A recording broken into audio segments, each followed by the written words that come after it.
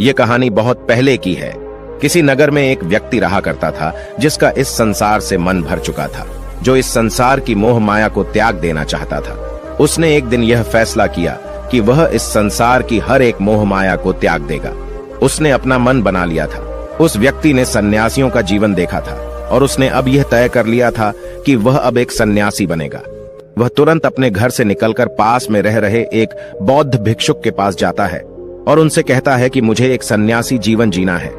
मैं इस संसार की मोह माया को त्याग देना चाहता हूं। इस पर वह बौद्ध भिक्षु उस सन्यासी से कहते हैं कि क्या तुम सच में सन्यासी का जीवन जीना चाहते हो?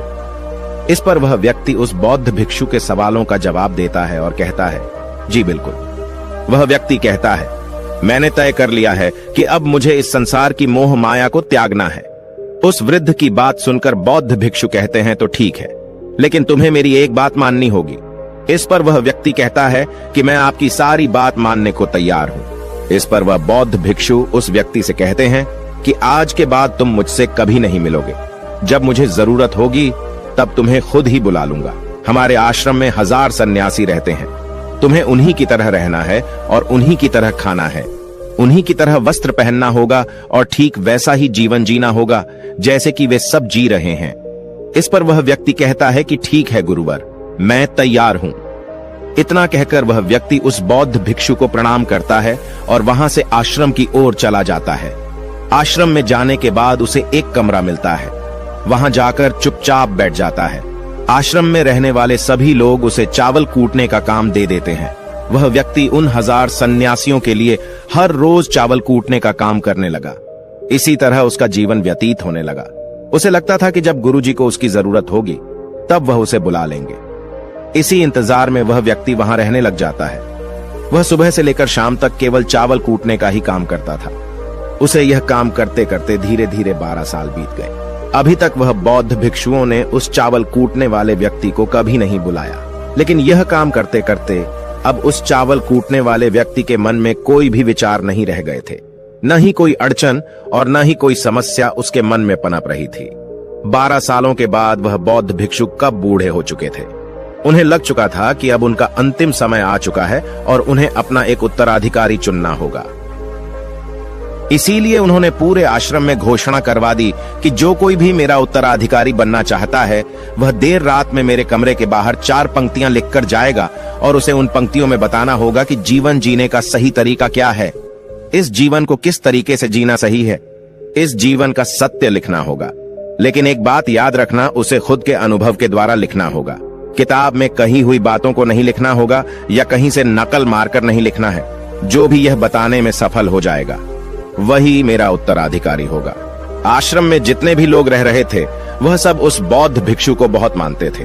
कोई भी उन्हें धोखा नहीं देना चाहता था। सभी भिक्षुओं के मन में यह चाहत थी कि वह उनका उत्तराधिकारी बने, लेकिन कोई भी यह काम करना नहीं चाहता था। उन 1000 बौद्ध भिक्षुओं में से एक विद्वान भिक्षुक ने बहुत ही हिम्मत जुटाकर अंधेरी रात में दीवार के बाहर लिख दिया कि मन एक दर्पण की तरह है, उसमें धूल जम जाती है। उस धूल को साफ कर दो तो सत्य अनुभव में आ जाता है और सत्य मिल जाता है। ये 4 पंक्तियां उस शिष्य ने बड़ी हिम्मत जुटाकर अपने गुरुवर के कमरे के बाहर लिख दिया। अगली सुबह जब बौद्ध भिक्षु उठे और कमरे के बाहर लिखी 4 पट्टियों को पढ़ा और कहा कि किस मूर्ख ने लिखी है, मेरी दीवार को किसने खराब कर दिया है, उसे पकड़कर अभी मेरे पास लाओ। जब आश्रम में सभी लोगों ने पता किया तो पता लगा कि वह विद्वान शिष्य उन पंक्तियों को लिखने के बाद रात्रि में ही उस आश्रम को छोड़ दिया था, क्योंकि यह विचार उसके अपने नहीं थे और विद्वान शिष्य ने जाते जाते अपने कुछ मित्रों से कह दिया था, सुबह अगर गुरुवर को मेरी कुछ 4 पंक्तियां पसंद आई तो वह लोग मुझे बता देंगे, और अगर इन 4 पंक्तियों को पढ़ने के बाद गुरुवर गुस्सा हो जाएं तो तुम सब मेरा पता उन्हें कभी भी मत बताना। आश्रम के सभी लोग चिंता में पड़ गए कि कितनी अच्छी पंक्तियां तो लिखी हैं उसमें, फिर भी गुरुवर नाराज क्यों हो गए। इतनी अच्छी बात तो लिखी थी उसने कि मां ने दर्पण की तरह है, अगर उसे साफ कर दिया जाए तो उसका प्रतिबिंब स्पष्ट दिखने लगता है। वे सब कहते हैं, चलो देखते हैं कि गुरुवर को ऐसा उत्तराधिकारी कौन मिलेगा जो उनके सवालों का सही जवाब उस दीवार पर लिख सके। वह कौन होगा जिसके पास इससे भी विचार होंगे। कुछ लोग यह सब बातें उस चावल कूटने वाले व्यक्ति के कमरे के बाहर कर रहे थे। वह चावल कूटने वाला व्यक्ति पूरी बातें सुन लेता है और जोर जोर से हंसने लग जाता है। लोग उससे पूछते हैं, इसमें हंसने वाली बात क्या है, तुम्हें इसमें क्या गलत लगता है। वह चावल कूटने वाला व्यक्ति कहता है, गुरुवर सही तो कह रहे हैं कि किस नासमझ ने यह सब लिखा है। इस पर वैसे लोग गुस्सा हो जाते हैं और उस चावल कूटने वाले से कहते हैं कि तुम्हें क्या पता, तुम तो 12 सालों से सिर्फ चावल कूटने का ही काम कर रहे हो। तुम्हें किस बात का ज्ञान है? न तो तुम्हें शास्त्रों का ज्ञान है और न ही गुरुदेव ने तुम्हें कभी ज्ञान दिया। अगर तुम्हें इतना ही ज्ञान है तो तुम ही क्यों नहीं अच्छे शब्द बता देते? वह व्यक्ति हंसते हुए कहता है कि ठीक है, मैं जरूर बता दूंगा, लेकिन इतने सालों से मैंने लिखने का अभ्यास नहीं किया हूं तो लिखना मैं भूल गया हूं। मैं बातों को जरूर बता दूंगा, लेकिन किसी को मेरी बातें लिखनी होगी। और यह भी याद रखना कि मुझे उत्तराधिकारी बनने का कोई भी शौक नहीं है। इस पर वैसे लोग कहते हैं तो ठीक है, क्या लिखना है बताओ। वह चावल कूटने वाला व्यक्ति कहता है तो लिखो जो मैं बता रहा हूं। कैसा दर्पण कैसी धूल, न कोई दर्पण न कोई धूल, जो इसे जान लेता है वह सत्य को प्राप्त हो जाता है। यह बात उस गुरुदेव के कानों में पड़ जाती है। आधी रात को वह गुरुदेव उस चावल कूटने वाले व्यक्ति के पास आते हैं और उससे कहते हैं कि तुम यहां से चले जाओ, वरना यहां पर रहने वाले आश्रम के सभी 1000 लोग तुम्हें छोड़ेंगे नहीं। यह जोगा ले लो, तुम मेरा उत्तराधिकारी बनना चाहो या न जाओ, इससे कोई फर्क नहीं पड़ता। तुम उत्तराधिकारी बनो या न बनो, लेकिन जो शब्द तुमने कहे थे वही शब्द बिल्कुल सत्य हैं और जीवन के अनुभव को दर्शाते हैं। इसलिए मन ही मन मैं तुम्हें अपना उत्तराधिकारी मान लिया हूं। और अगर यह बातें उन 1000 आश्रम वाले लोगों तक पहुंच जाएंगी तो वह सब तुमसे जलने लगेंगे और तुम्हें चोट पहुंचाएंगे। यह लोग बर्दाश्त नहीं कर पाएंगे। ये चावल कूटने वाले व्यक्ति उत्तराधिकारी कैसे बन सकता है? जिसे कभी ज्ञान नहीं, जिसने कभी शास्त्र पढ़ा ही नहीं, वह उत्तराधिकारी कैसे बन सकता है? वह भला कैसे सत्य को प्राप्त कर सकता है?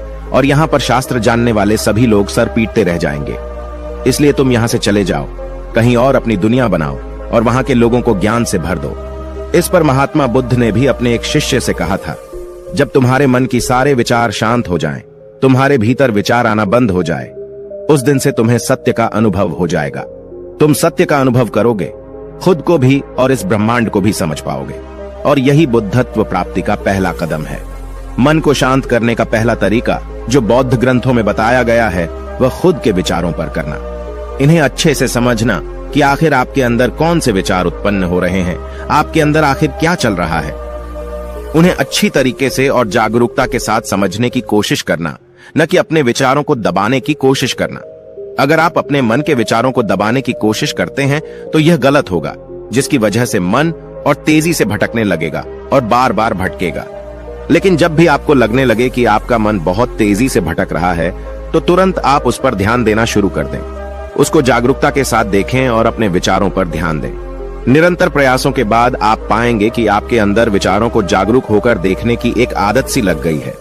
लेकिन उसी के साथ आप यह भी देख पाएंगे कि आपके मन में बुरे विचार अत्यधिक उत्पन्न हो रहे हैं। आपके मन में जो भी विचार उत्पन्न हो रहे हैं वह सकारात्मक भी हो सकते हैं और नकारात्मक भी। उनसे आपको कोई भी छेड़खानी नहीं करनी है, बस आपको अपने प्रयास पर काम करते रहना है।